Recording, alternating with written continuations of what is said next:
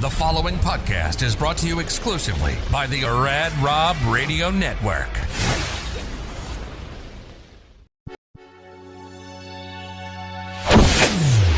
Through the years, we all remember when we first witnessed a national tragedy. Alabama wins! We remember the good times and the bad times through either a song, a TV show,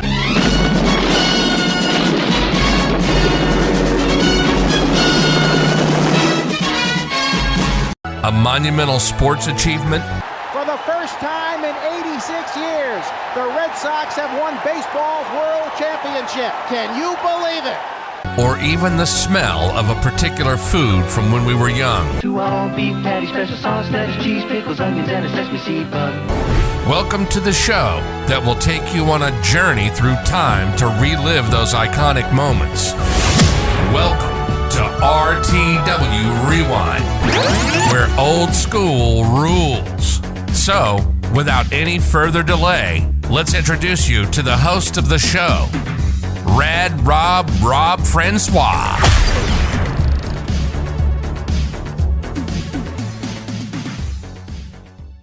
Hey guys, welcome back to RadMania 6, Day 3 of RTW Rewind. I'm your host, Rad Rob Francois. We are covering night 2 of WrestleMania 39. I have my very special guest back all the way from jolly old Ireland. It is the host of It's Hughezy. Hello, some other show he may have mentioned a million times before that he does videos for on YouTube. Keeping it 100 with Max Moon. Also, he announced that he has some show with Marv Levy from Buffalo Bills fame. Let's bring him in now. It is one and only Adam Hughes, better known as Hugely. What's going on, Hughes? Hello, Marks. Are you ready to mark out for the second day in a row? Yeah, Marks. I have no segue for that. I literally have the segue for that. That's that you got me. You took me off guard on that one. I'm old and fat and got diabetes, but I mean, it's, what the fuck are you gonna do? The other day I went to this electronics store and I said I need to get a transportation device that's going to help me get around, but I don't want to put any fuel in it. And they said, well, why don't you buy a Segway? Speaking of Segways, you've got stuff to talk about today, Rob, yes? Yes, we do. It is night 2 of WrestleMania 39. We're going to be watching Gunther and Sheamus and Drew McEntyre, which is a 3-way barn burner. We're going to talk about each match on the card as we did for night 1 of WrestleMania 39. Comparing the two nights, Hughezy, which were your favorite nights to watch? Was it 1 or 2? Overall, I preferred night 1. Night 2 was, as we mentioned before in the previous episode, there was a whole bunch of matches happening for the sake of matches. Like one of the most awkward silent. Like, it's always awkward when you watch a match that's happening before a quiet crowd. Yeah. And there's a match on this show that it might as well have been held during the pandemic because it's silence. And it's just the eerie. You can actually hear the wind during the match. That's how bad it is. Nobody gives a fuck. People are just, the only thing you can hear is people texting. And but overall, there's some gold on this night. Our first match was Brock Lesnar taking on Omos with MVP. I don't want to say David versus Goliath because Brock is a pretty fucking big guy in his own right, but goddamn, that Omos is he's a tall drink of water. Yeah, weirdly, this was supposedly way back during the early planning stages. They wanted to do Brock versus Bray Wyatt, but for some reason, Brock Lesnar just refused to work with Bray Wyatt, and after the first time, they had tried to do something for Mania before, and Brock just said no chance. I'd love to know what that reasoning was. He refused to do it, but this Omos one happened instead. I remember it being, considering the size of Omos, not bad because there's only so much he can physically do. True. And the fact, and we all knew what it was building to was Brock being able to lift him up, But again, no storyline. So None. Yeah, I know. It was just a cold match, like the Austin Theory and John Cena thing. So it's kind of weird that we have, two part-time stars like Brock and John on the first match of the card to kick off in the daylight. Maybe John had the Brock effect. Maybe he just want to get in there and wrestle and just fucking go home, because we know no matter where Brock Lesnar is, unless he's in the main event, he's in there for fucking like 6 minutes. He gets paid and he fucking goes home. He doesn't want to stick around for the rest of the show. yeah, and don't blame him really. Yeah, who wants to sit there and watch fucking wrestling, right? Yeah, like he doesn't give a fuck. Like he's been very open about it. He's like, I've got this piss video that Vince sent me. I want to watch it. Conan's backstage. Want to see if he can get me the meeting with Disco Inferno, all that kind of stuff. So I just think he was like, fuck this. I'm going home. Pay me my insane salary. And that's one of the interesting things about him being gone from WWE or potentially coming back. He signed a big deal under Vince's watch. Right. Now with TKO, like he could get like boxer money. He could. And I thought with Vince being gone, he wouldn't want to work with them, but since TKO did come over and he does have the relationship with them and Dana White and all that and Endeavor, maybe that kind of smooths things over, because I know originally when Vince said he was going to, when he retired the first time,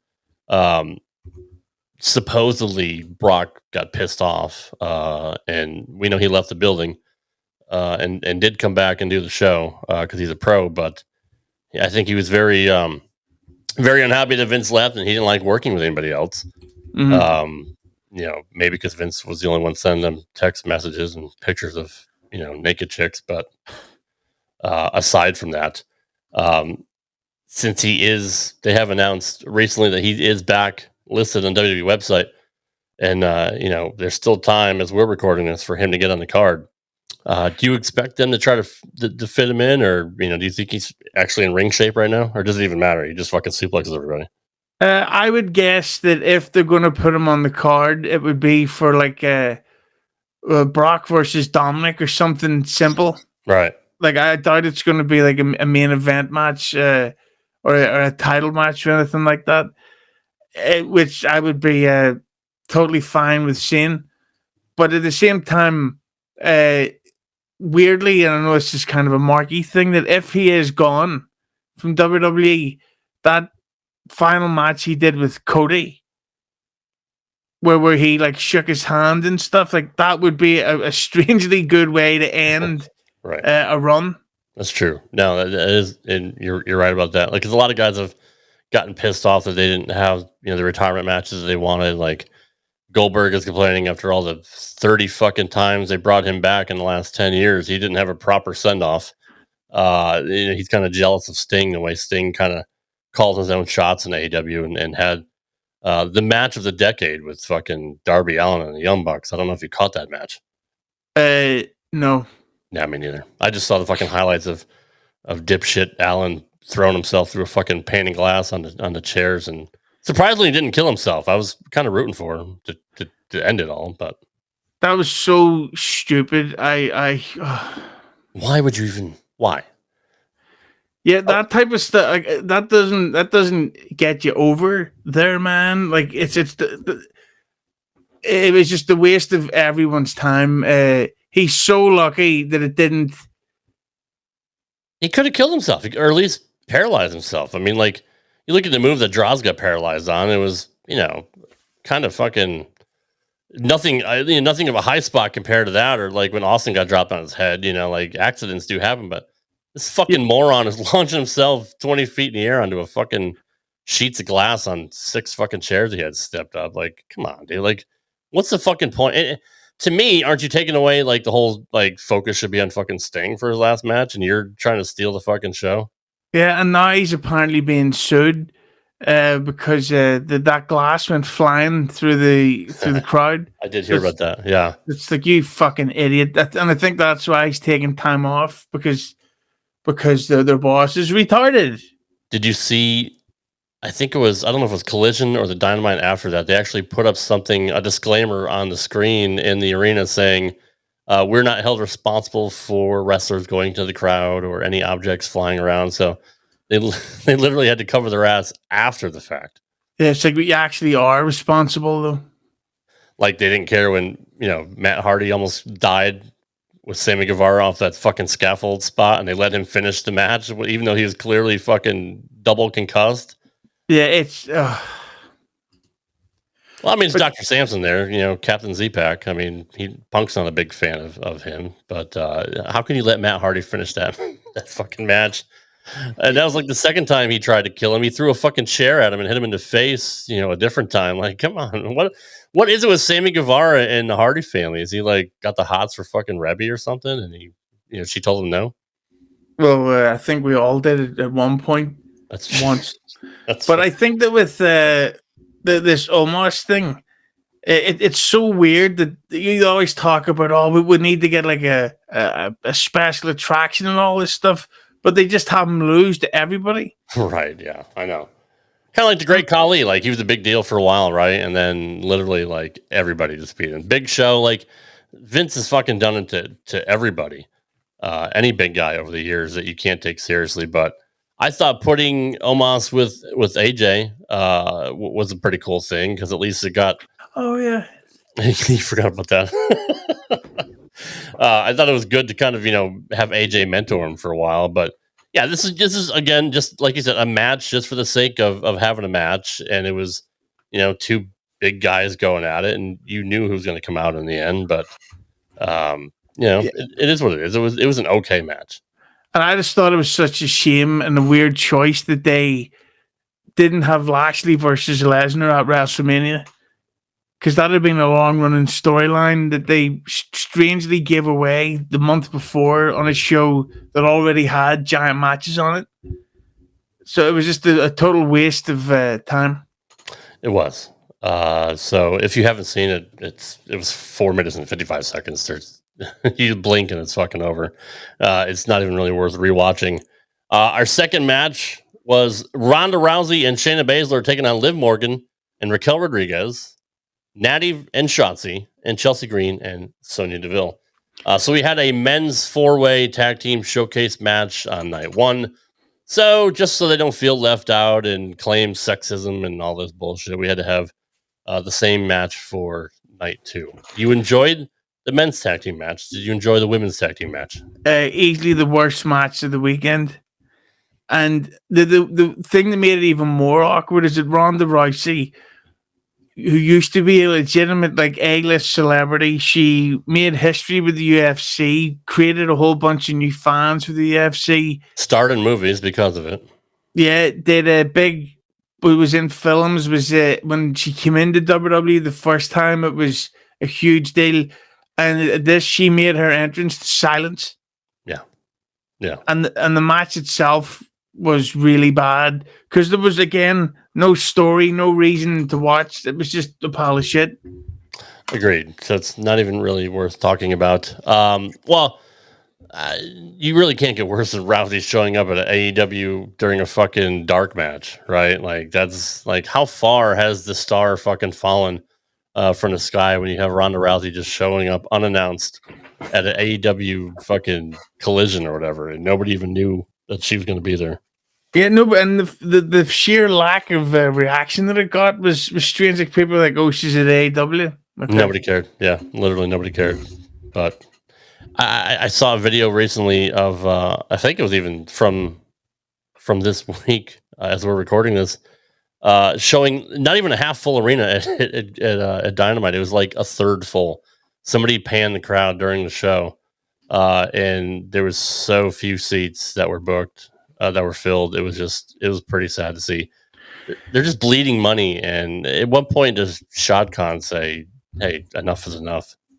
Yeah, but the thing it goes back to the if you look at the first time they did a show and all the stuff they got bashed for, they're now doing the exact same mistakes that they did on night one, and even the marks are like they're saying this is not for me, and nothing's going to change. It's not going to change until they run it into the ground. Mm. And it's funny to see when their TV rights contracts come up if TNT actually brings them back or if they end up going somewhere else. You know what I thought was so weird about that is that people like you always see Meltzer saying well, they're going to get $1 billion deal and all this stuff. It's like, why would they get a bigger contract when they've lost so much of the audience? Right. Yeah. Yeah. Well, I mean, Meltzer. Yeah, they'll either get a contract for the same money or for way less. There's no way they're going to get $1 billion, especially with Warner's having all this financial problems at the minute. Why would they then be like, we need to spend $1 billion on AEW? Who literally has like 300,000 less viewers than they had at their fucking peak. And they can't fill any arenas. They can't even paper the arena. At least fucking give tickets away to make it look full like WCW used to do. Like Tony's so fucking prideful he won't even do that. Like at least make your product look like it's a fucking big deal and just give away free tickets. Did you see the video of a show they were doing where he literally came out and started? So many people were leaving that he actually came out and says, "Come on, guys, we've got a great show. Please don't leave. Please stay in your seats." And it was like people were leaving. He's like, "No, don't go, guys. You get great." See, he is such a mark that he thinks that a wrestling match is enough to make people want to stay, and it's like, no, that's not what it. Like, if people just like dumb action, then Transformers 5 would have been the biggest film of all time, and it's like, but it has a truck fighting a jet. Why wouldn't you want to see that? It's like, well, because there's no storyline. It's just it's we're taking over the world. It's like 3.5 hours of watching fucking machines fight each other, and half the time you don't even know who the fuck is who and who's winning. Like it's so bad. Exactly, and that's the problem with the AEW. No wrestling without a storyline is just a fake fight, and that's what we see a lot in WWE. Well, I mean, that's why they give guys like Bryan Danielson, like, just let him fight whoever the fuck he wants. Like he's, I'm a fucking artist, and I want to fucking wrestle this indie, and I want to wrestle that fucking indie, and it's like you're again having matches for the sake of having matches, and there's no real build up between anything. That's the other thing about him that I don't get is he is consistently getting so badly injured that why would he want to keep that going? Like, because with he's had some serious health issues. Oh yeah. Shit, that video started playing. He's had some serious health issues over the years with he's had the orbital bone thing. He's had all this shit. So why is he now thinking, okay, let's work 25-minute matches where you kick me for real right in the face? Like, right. Yeah. He's going to end up a Benoit situation. I don't know if you ever read his book or listened to his audiobook when he was in WWE about his run leading up to his WrestleMania title win. But I mean, he talked about wrestling in New Japan and Ring of Honor and all this and fighting guys like Okada or I don't know. I can't. All the fucking Japanese look like to me. I don't know who the fuck who is who, but yeah, he talks about him getting into a headbutting contest, like legit, and like you say, busting his fucking orbital bone open, and he's proud of shit like that. Like that's like a mark or of how tough he is as a mark. I don't. He's a mark for himself, I guess. I don't fucking get it. Given all his fucking brain injuries, it wouldn't surprise me if he did somehow pull a Benoit thing and just fucking murder everybody because I mean that was his idol. So and it's like and if you're so tough, go into fucking MMA. Right. Yeah. Like actually fight for real if you want to get hurt for real. Right. Maybe he'll end up being like Fight Club 2 and he'll just end up fucking beating the shit out of himself. So yeah, nothing really of any note about match 2, but we are going to watch match 3. Gunther, the Intercontinental Champion, taking on Sheamus and Drew McEntyre. Were you a Walter fan, or were you even aware of him before he got to WWE? Only his NXT run. Gotcha. Okay. And I thought it was amazing because you always heard the stories of how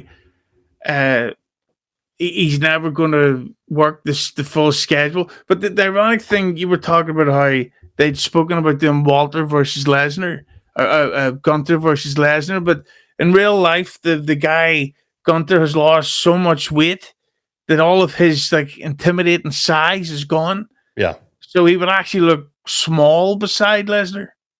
But he's still tough as fuck, as we're gonna see from this match. Like, dude, just I would never want to get chopped by him, man. Like, that shit hurts. I talked to PCO about wrestling him.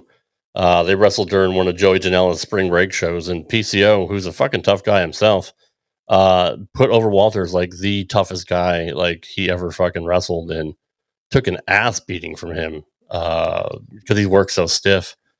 But he loved every minute of it. Yeah, no, I just remember that he's one of these guys where I know it's kind of marky, but you know that everything he does is going to be great. Right. Like everything from his entrance, where he has the military general thing where he just stands there, and how the other two guys, whatever, they're so good at playing the characters of like they just keep looking at him the whole time, and just think that. Although I heard one of them is dating Tiffany Stratton in real life, so I hope he dies. Man, she's a smoke show. Yeah, she should be the star of the company. Hopefully, there's nobody that's left that would shit on her head or anything like that, or her back. So, you never know. But keep Shane away from everybody. Speaking of Shane, actually, we're gonna get to it later on, but that's a weird fucking deal that he had on night 2. Yeah, my theory is that this was originally supposed to be somebody else. Like this was maybe supposed to be the Roman and the Roman and of the LA Knight and Austin thing, or maybe they had considered the Bray Wyatt thing, but then he wasn't medically able to do anything. So they're like, well, is Shane here? And unfortunately, he was. Because we need to have a match with the Miz, because that's important for night 2. We can't have a WrestleMania without the Miz. But I got this queued up already. Let me get the screen shared. All right, we got Gunther, who is goddamn, like I don't even know how long he's had the Intercontinental title for now, but he's had a hell of a run. I want to say, I'm pretty sure he's surpassed Honky Tonk Man at this point. It's been a couple of years, right?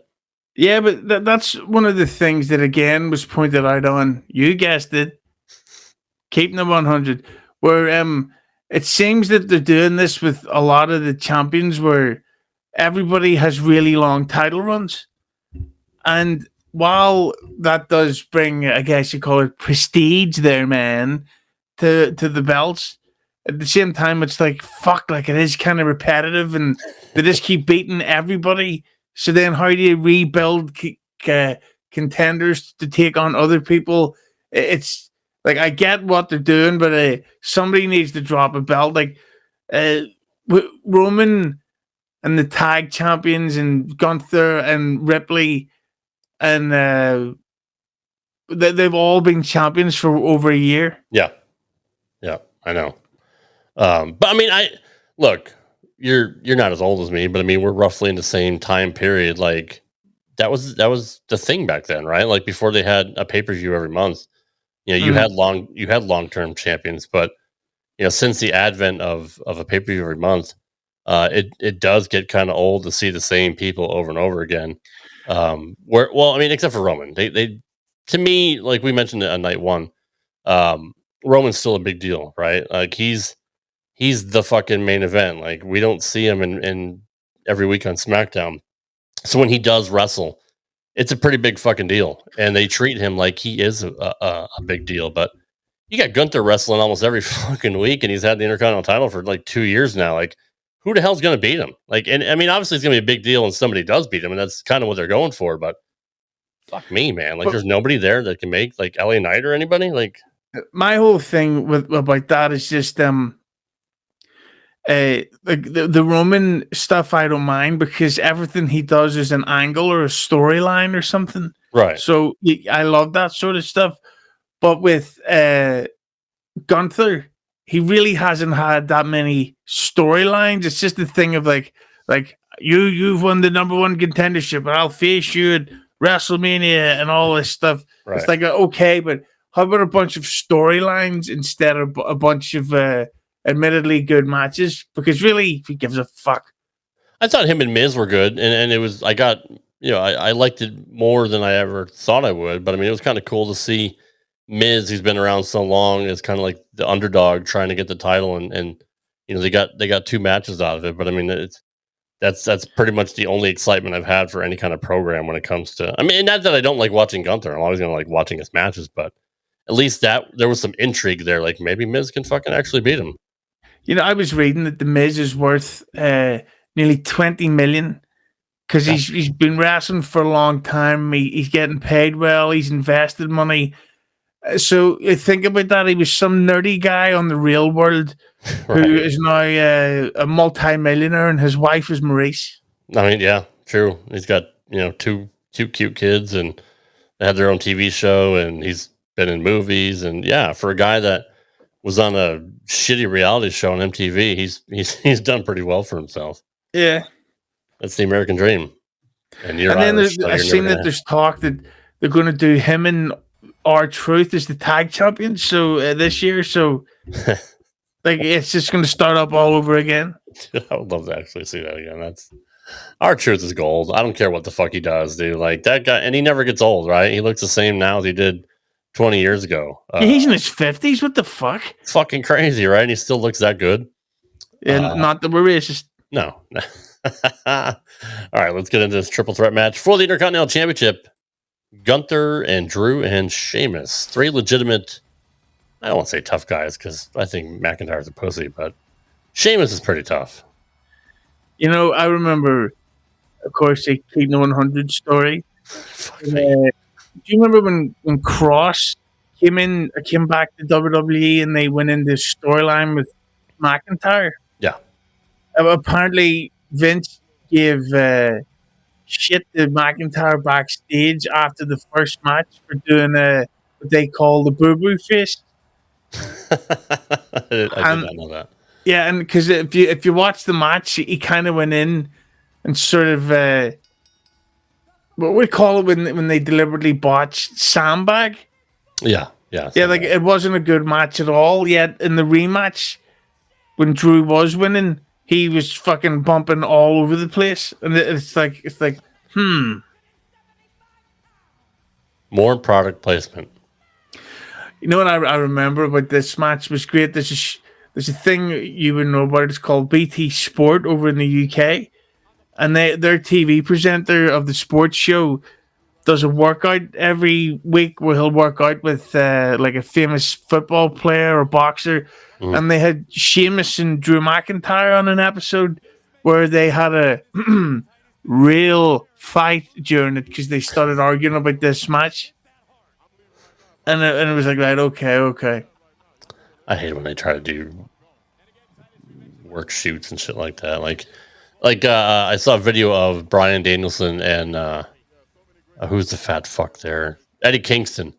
They're backstage after the match that they had, and they're kind of fucking icing up, and Danielson was getting a fucking rub job, and Kingston thanks him for the match and all that, and said it really means a lot to me when you fucking told me you respected me and all that, which is kind of a cool moment. And then he leaves the room, and then Danielson cuts a fucking in-character promo. Like, you completely fucking took the shoot away from it and just started working a fucking promo out of it. Like, AEW is just so fucking stupid.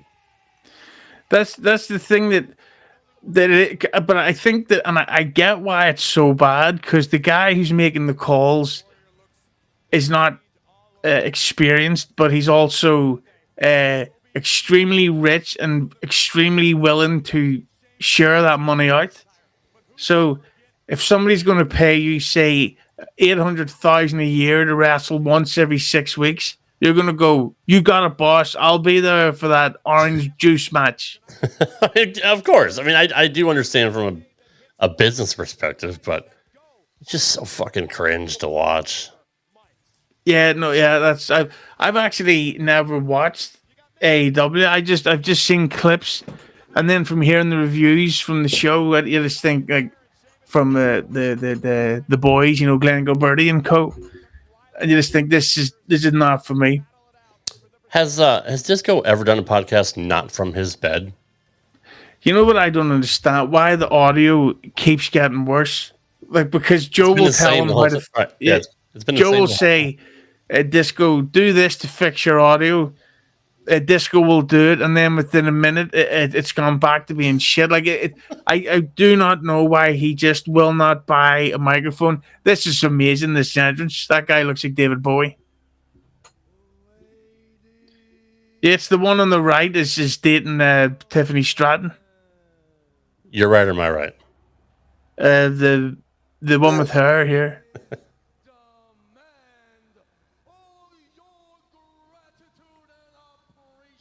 This entrance was amazing. It really is good.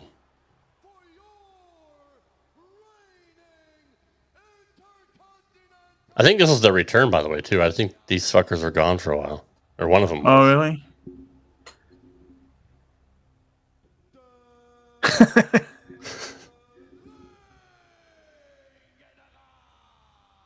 That's so fucking great. See, I always love stuff like this. Like when they had Jose Estrada used to fucking introduce Umaga.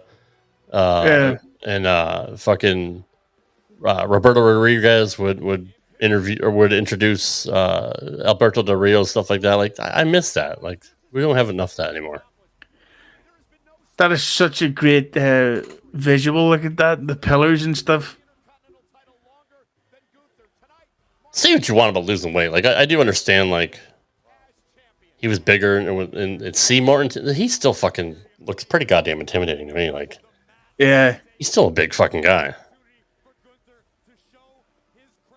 I've always thought that I remember because he was in NXT during the pandemic stuff.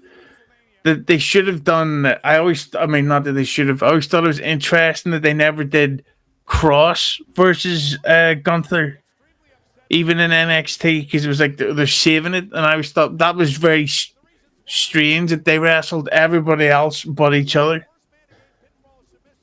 Yeah, I don't understand why they didn't do it either, and I don't know if any of it had to do with him not being able to travel or anything like that, or because of the lockdowns. But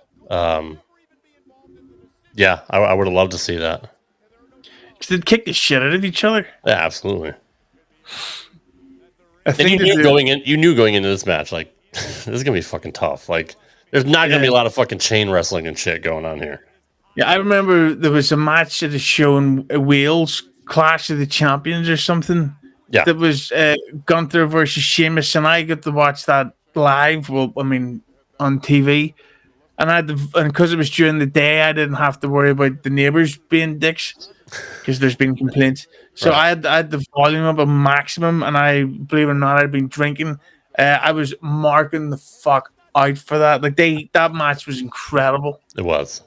Do you think I don't want to say they ruined Drew because, you know, clearly he's still over to an extent, but they had so much momentum coming out of fucking like the pandemic. Like he should have won the fucking title like the following year once they went back to Tampa and had it at the stadium. Like he should have been the feature for that show, but obviously he wasn't. Is that the one with Lashley? Yes, I believe. Yeah, so. I'd have put the belt, but I think they didn't want to put it back on him. From what I've read, was because they knew they were going back to the no fans stuff for a couple of months, which made no sense at all. It didn't. Yeah. Like just do it in a smaller venue and have people. They just because they were able to have fans at the NXT shows. So why not just host a show there? Yeah, I don't know. I don't know. Who knows why the fuck they were making decisions that they made, but I was excited for this match. I knew this was going to be something special.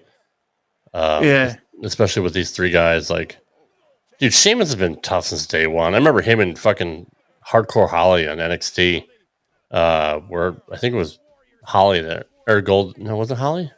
I know he had a program with Goldust, and I think he had a program with Holly too. And Holly got his fucking back cut open, getting put through a fucking table. Oh yeah, I remember that. But Sheamus has always been fucking tough, and you know, beating John Cena on his first pay-per-view appearance at TLC, like they really had high hopes for this dude going in. Yeah, he's been around for a while.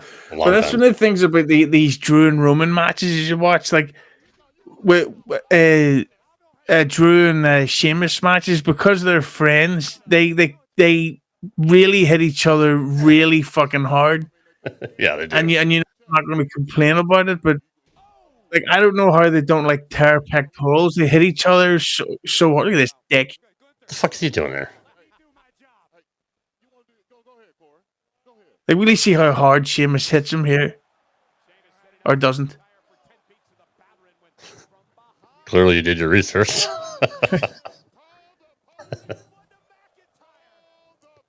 But to me, like, Drew is such a big fucking guy. Like, they really should have made him a monster heel. Like, I don't dig the babyface version of Drew, and I like what he's doing now with, the I broke Punk's arm and shit like that. But they've kind of rejuvenated his character. But getting beat cleanly on so many fucking pay-per-views in the last year, like, you really can't take him as a credible threat anymore. And he's such a big fucking guy, and he's got such a great look, and he's a great promo. I don't know how the fuck they dropped the ball on him. It's just the timing of it all. Like, can you again? It didn't affect his money, but that must have just internally pissed him off so much to finally get the shot to go against Brock Lesnar, and then to go from some stadium to now. Oh yeah, we're doing it in a warehouse. In a warehouse in a minute and a half match. Yeah, like they should have canceled it that year. I mean, it was fucking weird, dude. Seeing Goldberg come out and there's nobody there, like, come on. That was the weirdest fucking show. Look at how red his chest is already. Well, I mean, I remember he's pretty fucking pale, like you.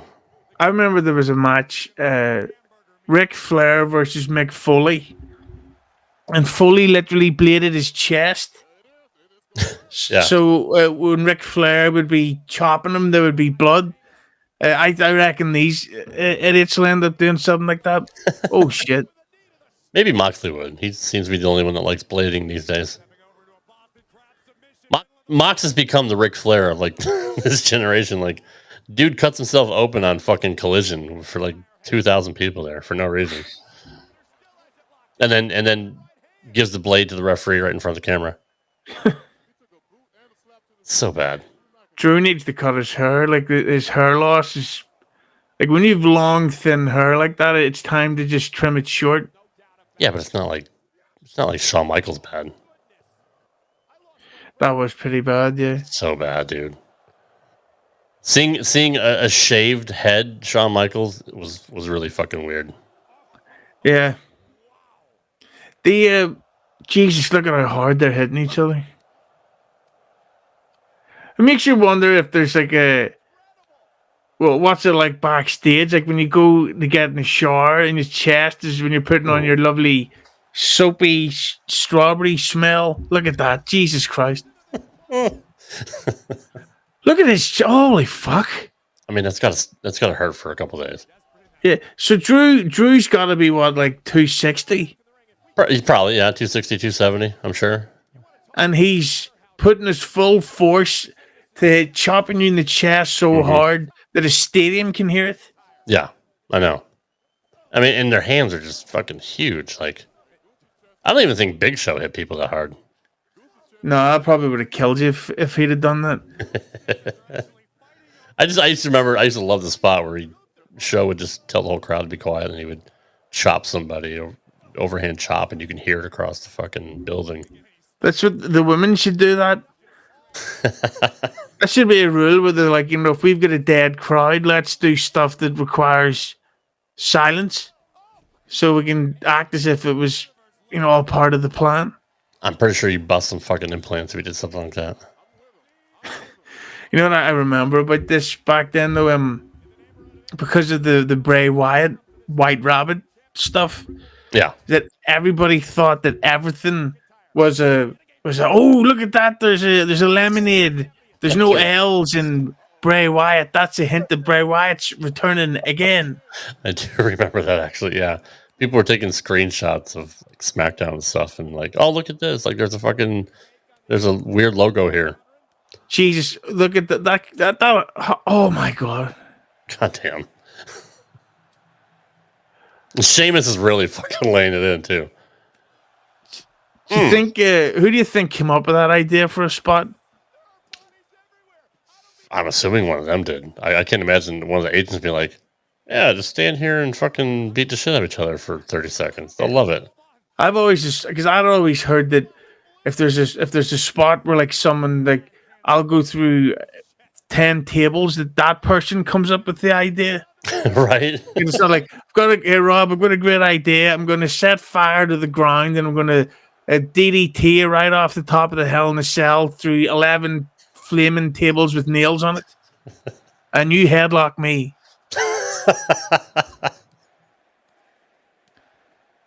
I mean, at least like with all the shit that Gunther does to people, at least he finally gets they finally get payback on him. But this here is just stupid. That had to be a rib. Like, I'm just gonna fucking hit you as many times as I can, and like you said, we're not gonna do shit about it. Did you see it? We'll laugh about it later. See, Drew accidentally took a real shot to the face there as he was falling down. I didn't. I missed that.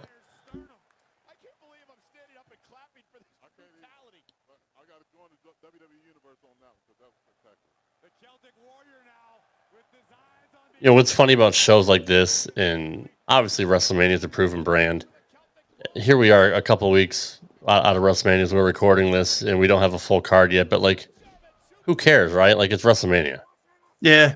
But the funniest part is Tony Khan thinks that he's a big fucking deal because he sells out Wembley once a year, and thinks that his product is doing the best it's ever been, but can't fucking fill 2,000 seats and fucking somewhere in Kansas. Well, he didn't actually sell Wembley out.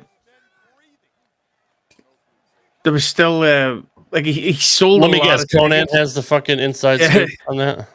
Like, he still sold a lot of tickets, but he didn't sell it out.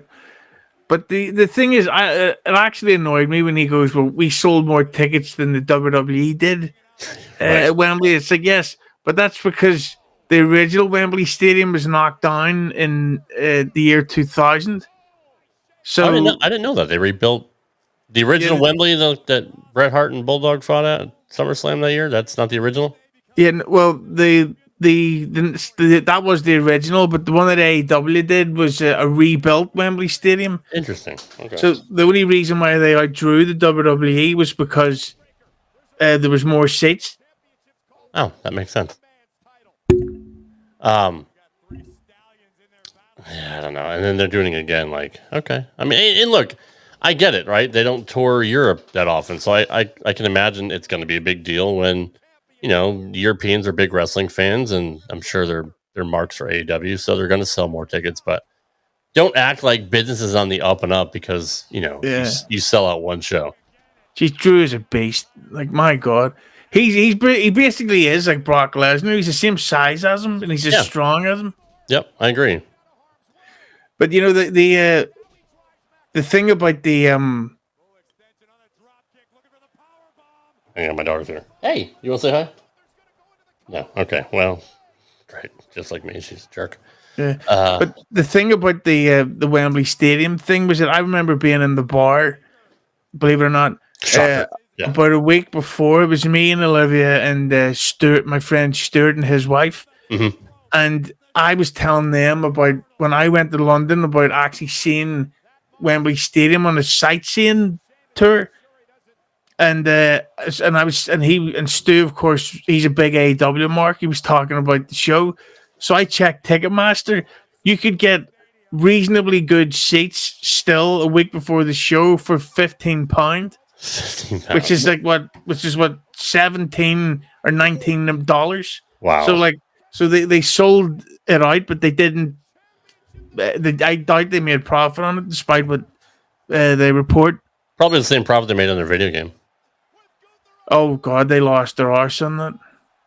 You had a number on that at one point. Did you ever get to find out that was true? Like they lost like millions of dollars on that?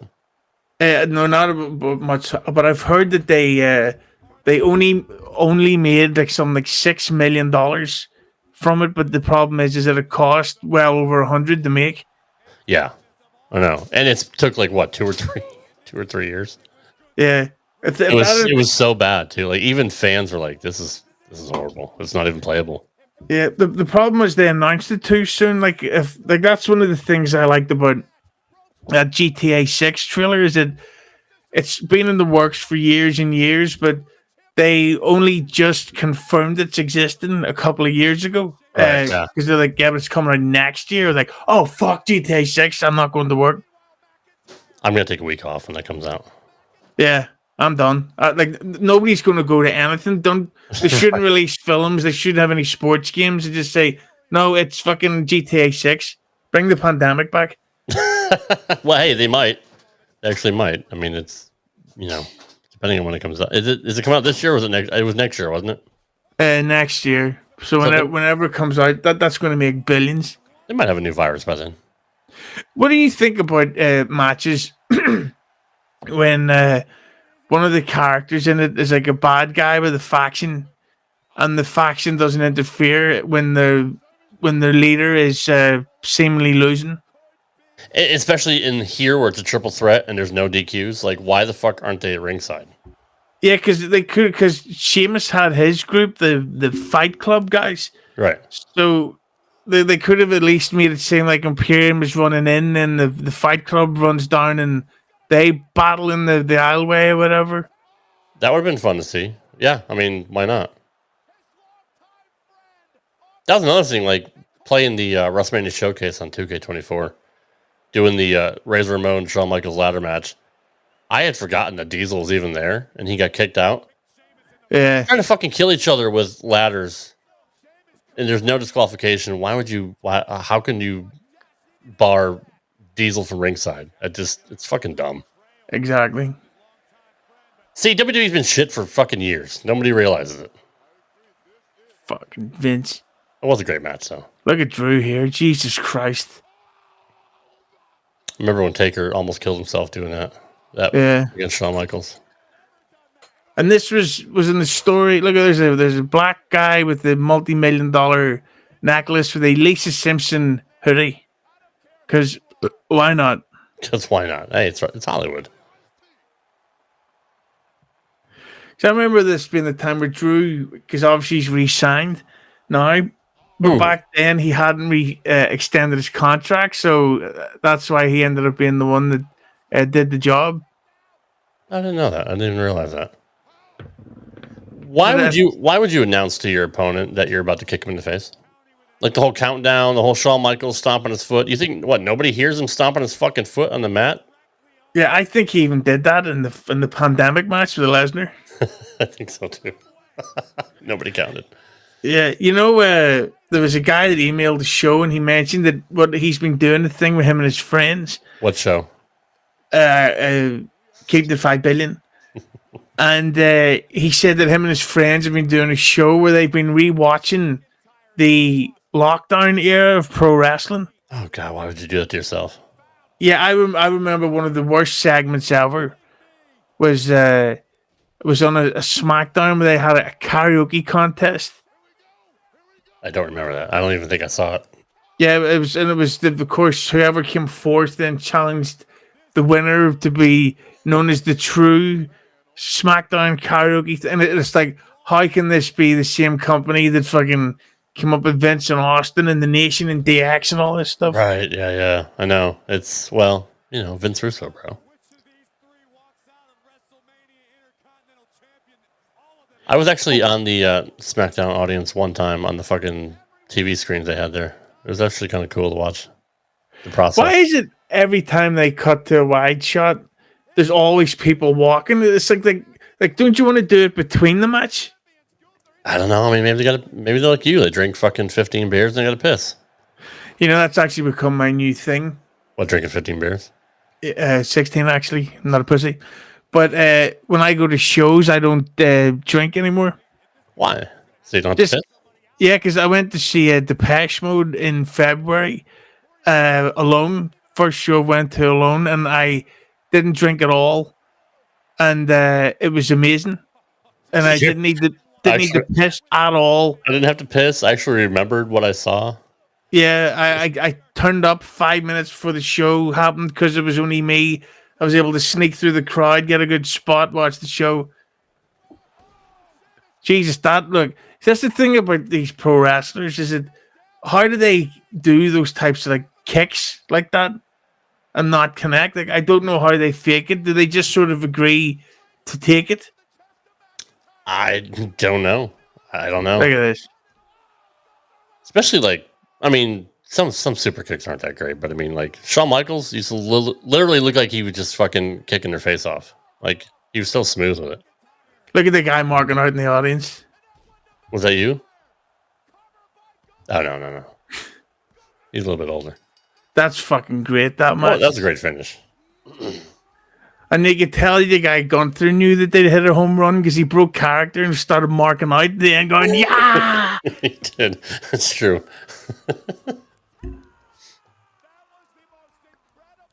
Yeah, see, now he's back to character. Already bleeding in the chest. God, that does suck. But you know, can you remember what the follow-up to this was? No, I don't remember at all, actually. Because the only thing I can remember after this was Gunther wrestled Drew at SummerSlam, but I don't remember anything else. I don't either. It all fucking blends together at some point. Yeah. It was a hell of a match, though. It really was. I enjoyed watching that again. Yeah, that's that's one of those matches that you could go back and rewatch and be like, no, that was fucking great. Yeah. I like the hard-hitting matches. I get fucking bored with the spot fest and all the high spots and all that shit. Like, I don't mind watching three guys like this just beat the shit out of each other. It's different. What is harder lemonade, by the way? Mike's Hard Lemonade has been around for a while. I guess they put more alcohol in it, so it's harder now. Or it's got Viagra in it. I don't know. No, that was a fucking great match. And it's going to be interesting to see what they do this year with Gunther, because obviously it's not Lesnar. But it's got to be something that's really good that could compete, because the hype's on him now. See, Gunther's kind of weird. Like, he's always had really good matches, but I still think it depends who you put him in there with. Like, I wouldn't want to see Gunther and LA Knight. Just to me, I think LA Knight's overrated. I think he's fucking boring as shit. And he's got some catchphrases, and he's a funny guy, but like he bashes people against the fucking announce tables 30 times, and like, come on, man, like that would kill somebody. Like, just at some point, you know what I mean? Like, it's fucking overkill. Yeah, they may have missed the window with the LA Knight. I think they did. And I wasn't very high on him before. Like, he was pretty good in Impact and all that, but I don't see him as a main event guy. And I think just because something went viral, like fucking Fandango went viral, right? And they never did anything with him, so it is what it is. I don't think he's main event material, so I wouldn't want to see him and Gunther. I'm trying to think of somebody on the current roster I wouldn't mind seeing. Maybe like Chad Gable, like put the little fucker underdog in there, right? And just have him fucking, try to suplex Gunther all the time. Like, that kid's good. That'll be good, yeah. Match 4, Bianca Belair taking on Asuka for the WWE Raw Women's Championship. How poorly have they treated Asuka since, like, her NXT run was fucking legendary, right? Like, I mean, she was so fucking good. Even Shayna Baszler was so good in NXT. And then you bring him up to the main roster, and it's like, Vince is like, well, what do I do with the Jap girl? And the fucking, what do I do with the fucking, like, Nia Jax, he fucking ruined. Like, they built up all these, well, Nia sucks. That was a horrible example, but I really enjoyed watching Asuka in NXT.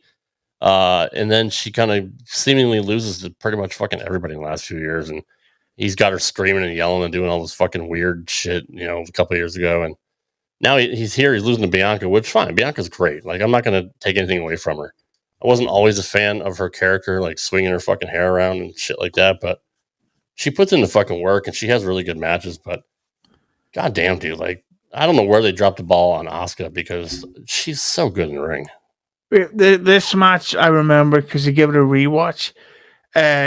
This was another one of those shitty book matches where it's just a match, and the storyline is a person won a title shot, right? And it's like, oh, great, and that's it. So I remember this match. So started off a lot like the women's one earlier, in total silence, but then the crowd was sort of like, this is pretty fucking good. Right. Yeah. And then everybody started going nuts for it. So yeah, they made something great out of something bad, which says a lot about them as performers. And again, isn't it weird how Belair went from pretty much 3 main events for the women, or 3 title matches to now? We're 3 weeks away from WrestleMania, and there's no story for her at all. Maybe her and Cargill will go after the tag belts or something. I wouldn't mind seeing something like that. I mean, they even had her on that presser that The Rock and everybody were on, just to have her there, right? Just because she's a star and has no direction as we're recording this. Yeah, it's just. Dude, but then again, maybe that's kind of a good thing, because if you know everything in advance, then you'd be going, "Oh, this is so predictable." But yeah, true. No, you're right. No, you're right about that. And we have gotten that pretty much the last 6 or 7 years. Like, we knew whoever won the Rumble was probably going to win the championship, but then they obviously swerved us when it came to the main event here, which we're going to get to in a second. But yeah, this was a very, very good match. What was not good was the next match, which obviously had to be filler or a popcorn match or something to sell fucking shirts and concessions and shit like that, because we had The Miz out cutting a promo and challenging anybody to fucking wrestle, and all of a sudden we get a surprise appearance from Shane McMahon, which I'm a mark for Shane. I'm not going to lie. I always like seeing Shane come out. He's entertaining. He's always good in the ring, except for when he blows out his fucking quad within like 3 minutes. What I remember, but because it was the previous year when Cody Rhodes returned, and it was the previous year, and yeah, he returned against Rollins, and there was all these rumors about who was going to come in and wrestle Rollins. Was it going to be The Rock? Was it going to be Bray Wyatt? Was it going to be Shane McMahon? But then I thought when Shane came out that it was actually just WWE trolling the audience. No, that actually is Shane McMahon. Yeah, and it was not actually. It wasn't even a minute in the match until he got hurt. The whole segment took 2 minutes and 20 seconds. That's how quickly he got hurt on like the first fucking spot. Stevie Richards did a good job on his YouTube channel, breaking this match down and how unnecessary it was. And how unfortunate it was just for a fluke thing like Shane to get hurt like that. He kind of broke down Triple H's injuries and people have torn their quads in the past. Like, fuck me, that family has quad problems for sure. Yeah, it was the whole thing was a bad idea from the start. It never should have happened. And it was not that I'm glad he got hurt, but this shit needs to just not happen. These shows are too long. You don't need to put stuff on just to pad the time out. So we saw Snoop Dogg get involved, or at least be involved the night before, driving out Rey Mysterio in the lowrider. How the fuck did he get a pinfall in this match? He's not even a competitor. Like, this was so fucking retarded. And I know they had to do something because obviously the match got fucked with Shane getting hurt, but that's the best you can do. Like, you couldn't just have, I don't know, Miz do something to fucking Shane and have him pin Shane instead of Snoop Dogg getting involved. Like, it was just very convoluted. And I don't even know what the original finish was supposed to be. Sorry, my phone's going off. I don't know what the original finish was supposed to be. Maybe Snoop was going to get involved at some point at the end of the match, but it was just fucking weird. Yeah, this whole thing was bad. I remember hearing a rumor that Batista was going to turn up and powerbomb fucking or do something on the show because Guardians 3 was coming out about 2 weeks afterwards. Could have got a nice crowd pop, but yeah, this is just one of those things that one of those segments that I would say deserved to feel the way it did, because it's like nobody wanted this. This was a bad idea, and you deserved to die. Or maybe not. To me, if I was booking this card, I would have. Like, I'm okay with Brock and Omos being the first match because Brock obviously wants to go home. But then, put Gunther and Sheamus in them after that. And it's like, I understand the crowd gets fucking tired and you can't have like so many high intensity, high impact matches back to back to back. You got to have some kind of a a filler spot. But just I don't know, dude. Like this wasn't it for me, and it just I understand you got Snoop Dogg's a big star, and you always want to see Miz get the shit kicked out of him, but like it could have been done differently, and maybe if Shane didn't get hurt, maybe we would have been like, holy fuck, that was an amazing match. Like he jumped off the fucking turnbuckle and hit him, did an elbow through a table like he does every time, and does the fucking drop kick to the fucking face from the other turnbuckle, whatever. But like, I forgot what they call it. But our next match before we got to the main event, match 6, we had Edge defeating the Demon Finn Balor by pinfall. How much have they fucked up the Demon over the last few years? Yeah, I remember the thing about this match was that I remember having watched the previous segment and actually getting bored and sort of walking off to go get me some to eat. And I didn't come back to this match until it was after Balor had got bust open. Mm-hmm. And I was just like, so then it was interesting to see how they were going to follow that up. But I just thought it was this storyline had been going on forever. Yeah. To the point where this could have been anything else. I like Edge and Balor, but this was like the 7th time we'd seen them in some type of a match, even though it was Hell in a Cell. And the problem with the Hell in a Cell is expectations are so high that they were like, well, throw them off the thing. It's like, well, we don't do that anymore. Then don't have Hell in a Cell.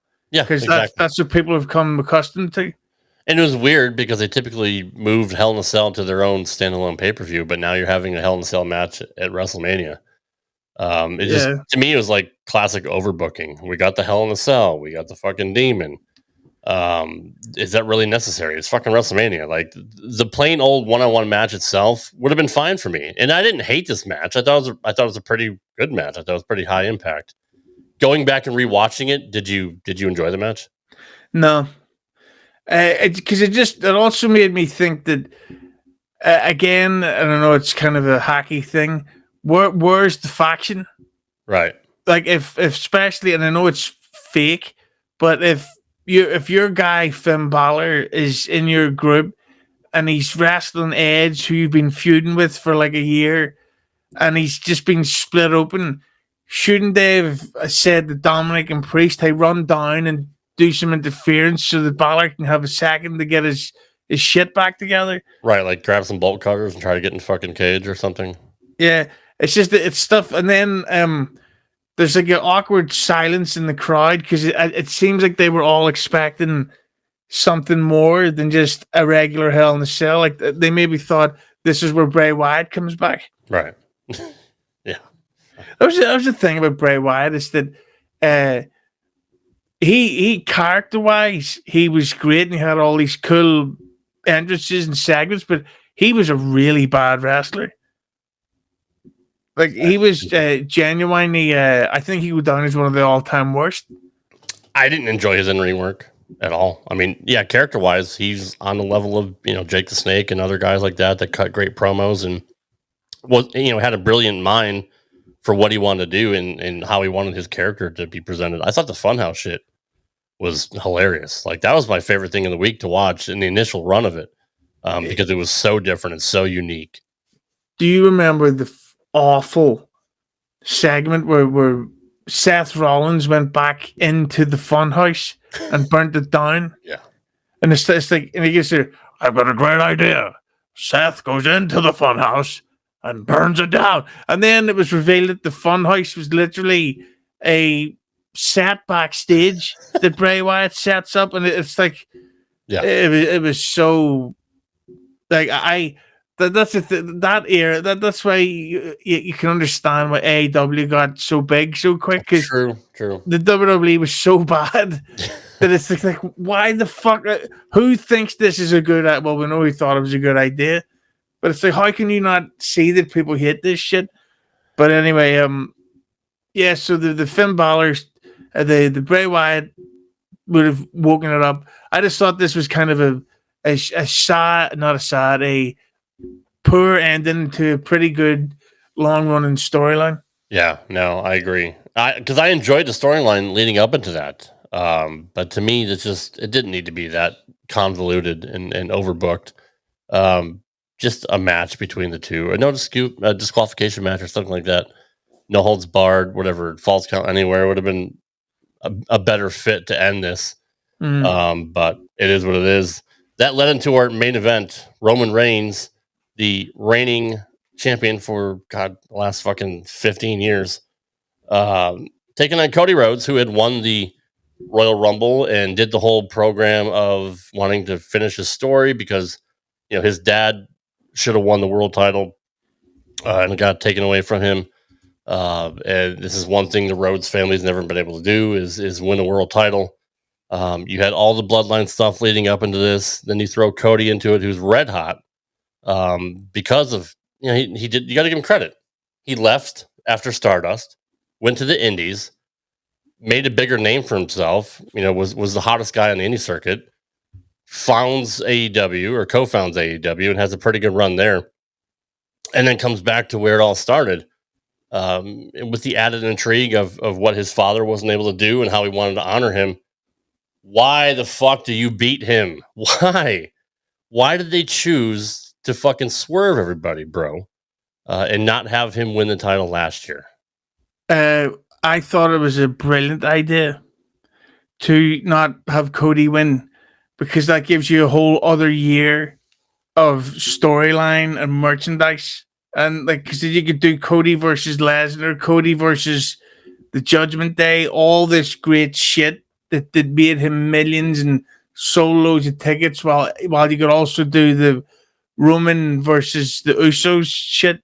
So give you two good alternatives to maintain you for a year to lead into the rematch. And it made Cody the biggest baby face probably since Austin or The Rock. I mean, I won't argue with that. I mean, those are valid points. I just don't know how invested the fans are after all this. Oh, massively! They're all the shows are sold out. Maybe it's me just because I'm not watching. Maybe I'm just so fucking out of it and out of touch that I couldn't care less about this fucking match. And I wouldn't be surprised if they swerved us again and had Roman win so he can eclipse Hulk Hogan's reign as champion. Like, if they don't do that, what's the point of Roman being champion all these years? It probably, and there's a whole bunch of real life family members that are free agents right now, so there could be like 4 new bloodline members turn up, or maybe Roman gets kicked out and fucking The Rock takes over as the new leader full time. There's so many possibilities that I'm just fucking hooked in. But this match itself was amazing.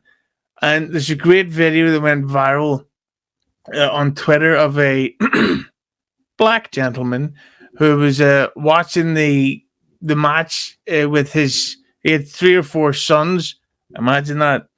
And they were watching the show, and they were obviously Cody marks, and he was filming on his phone, and the dad was just sort of chilling out, and then all of a sudden he goes, "Yo, that's Solo!" And Solo does the thumb, the spike. Yeah. Roman hit the spear, pinned him. And then the dad, even though the kid, he goes, "That's right, motherfuckers. That's Roman. He's a tribal chief, motherfucker." Yeah. And the kids are like babies looking up at him, like, why is dad yelling? But it's true. Like, I love all this Roman Reigns stuff. Like, it reminds me of the NWO shit during its glory days. Yeah. At the same time, I do think for this rematch that it would help them all to give Cody the belt, because they need something that's really going to freshen it up, because they've been on a real run of success lately, but that only goes for so long. Like, if you get a hit album, you can take it on tour for like a year and a half before fans go, "Where's the new stuff?" Like, "Oh no, I'm still playing the last one." It's like, yeah, but you got a new album coming soon, don't you? Like, oh fuck. So yeah, I think that the Roman thing's been great, but it's time to change it up. I would actually have pretty much all of the champions lose the belt at Mania, because they've all, well, apart from Ripley, because I'm woke. I'm just a fan of watching her wrestle. I don't fucking care if she has a belt or not. And how lucky is Buddy Matthews or whatever the fuck they call him now? Very indeed. I think they just got married recently, didn't they? Yes, they did. Can't. Yeah, I know. It's unfortunate. This match was fantastic. We knew it was going to be fantastic. I don't think anybody expected the outcome, and maybe that's kind of what they were going for. You know, maybe they wanted to just fucking give you a shock finish. Like, I forgot which WrestleMania it was, like 4 or 5 years ago when Brock was taking on Roman, I think, and nobody expected Brock to fucking win because supposedly he was leaving and didn't have a contract, whatever, and he ended up winning and keeping the title, or ending the streak and all that. It's something that nobody expected, but so many fucking marks got pissed off that Cody didn't win last year and were threatening to boycott WWE and all that, and you know how fucking stupid the fans are. They always say that, and then the next Raw did a giant rating. But the fucking with marks is a great way to make a shitload of money online. That's why I want Roman to win again, simply just to see the outrage. Right. But at the same time, I guess we sort of knew that there was not going to be a regular finish to this match because there was, again, going back to the same complaint about most of the card, there was no storyline. Right. It was just Cody won the Rumble, coming back from an injury. And even at that, I think Roman and Cody only did like 2 segments. Yeah. To build it up. So there wasn't like some amazing build. I will say the build for this year is more exciting, other than the fucking stupid shit they did on SmackDown of saying I'm not going to wrestle Roman and The Rock comes in and then they changed it 2 weeks later. Forgetting all that and having selective fucking amnesia. I think the SmackDowns the last few weeks, from what I've seen on YouTube, have been really good. Like, I'm enjoying The Rock getting involved. I don't know if he needs a 30-minute promo, but Roman was even good this past week as we're recording, even though he made some cross-dresser comment and now people want to fucking cancel him for saying that shit. But you know what? I'm glad he said that. It's fucking weird. Be a woman and dress like a woman, or be a man and dress like a man. Get offended by that, please. Enough of this fucking like if you heard the word cross-dresser and that offends you, then you are mentally ill. And you're not normal, so we shouldn't have to respect your fucking opinion. If the word cross-dresser offends you, that's not a normal way to get through life. And you can't be treated equal if a word offends you. Yeah, I mean, look at fucking so many comedians are getting bullshit from. You can't even do regular comedy anymore. Like, you can't. All the shit we saw in the 80s and 90s would never fucking play today because people are just so in their feelings and they're just waiting to be offended by everything. And, being someone who's funny yourself, I mean, you don't give a fuck. You still pretty much say whatever you want. Say exactly what I want, such as tits. Of all the things you could have said, that I didn't expect you to say that. Well, look, it was fun doing another show with you as always. I miss doing shows together. Hopefully you don't get any heat from Durban and the crew for doing a show with me, since they fucking hate my guts. But I'm always a fan of Hughezy. Let everybody know where to find you and all the 6 million projects you have going on, and don't forget to mention Conan, because I don't think you've mentioned him yet. I'm very good friends with Conan. Of course, speaking of Conan, there's Keep 100 Official on YouTube. Get in the chat. There's at the minute we have something. We're coming up to 58,000 subscribers. The comment section is always good for seeing a lot of people debating wrestling. But for me personally, I'm at the Hughezy on Twitter, at the Hughezy on Instagram, and I'm Hughes Entertainment on YouTube. Don't be afraid to subscribe, leave comments, and become a channel member for exclusive access to uncensored videos. There you go. And we hope you enjoyed this show. We hope you enjoy WrestleMania 40. It's 40 years of WrestleMania. If you haven't bought 2K24, go ahead and do it. It's definitely worth the money. Definitely watch WrestleMania 40 weekend. Look, I mentioned earlier, no matter what we have for the card, which isn't decided yet, like, it's still WrestleMania. It's still going to be a good show. They're always good shows. You always get more than what you expected out of it. And it's not all going to be a home run, but, WrestleMania sells itself. And I'm looking forward to seeing The Rock get back in the ring in this tag team match. I'm looking forward to seeing Drew and Seth. You got to pull the trigger on Drew, right? Like with him coming off the Punk injury and all that, and kind of being a smart ass and trolling fucking Punk and all that. Like, you got to give him the title. If I'm booking just to fuck with people, Punk costs Drew the belt. And then while Rollins is celebrating, the Damian Priest guy cashes in. I like that. Just because that means you fuck. So you continue the Rhodes versus the Drew and Punk story, right? While people are probably going to then be booing Seth because Drew didn't win. So right. Here comes Priest. He's the champion, so that sets up triple threats and 4-way matches and all this shit to keep Raw going for the next year. I like it because, I mean, what else are you going to do with Priest? I mean, if you don't do it now, when the fuck are you going to do it? Like, we're almost coming up on the next Money in the Bank pay-per-view, so it's been long enough. I wouldn't mind seeing that. Do you think they're going to try to, I mean, if somebody interferes in the Cody match and Cody wins because of, let's just say, Rock turns on Roman and that kind of sets up for a match next year, does that tarnish Cody's win, or do you think people wouldn't give a fuck? No, I think that would be the perfect way to do it, because then that can lead to the whole third Roman and Cody match where like you only won because of the fucking the Tooth Fairy turned against me, fucking Black Adam. Right. That movie sucked. Oh my god. They should have called it White Adam and had you in it. Should have called it Brown Adam. Should have called it Half Black Adam. I still haven't even seen the movie. I'm just talking shit. I just heard it was epically bad. Like I have, and I'm on Superhero Mark, but I mean, after hearing the reviews, I never watched it. Yeah, no, it was the problem with Black Adam is that you could tell watching it that the people making the decisions did not know about Black Adam. It's like the feud was Black Adam and Superman. Where the fuck did you get that from? Right. Yeah. I don't know. It's weird. Like this year with movies coming out, I think there's only one Marvel movie coming out, and it's Deadpool, if I'm not mistaken. Yeah, that one, which I think is a good thing because Marvel has. Did you see Thor 4? So bad. It's so bad. How do you make something that bad? I know. It's because you have to go. I'm sorry. Did anybody notice that in the scene before Thor turning up and doing all his goofy comedy stuff, you just had a child starve to death in the desert? Right? Yeah, I know. Did nobody else notice this? That it's probably not the best idea to follow it up with Guns N' Roses. My child is dead. It's like, yeah, maybe we'll do a reshoot here. Speaking of which, I saw Guns N' Roses last year in their comeback tour. They were fucking good. Axl still performed really, really well.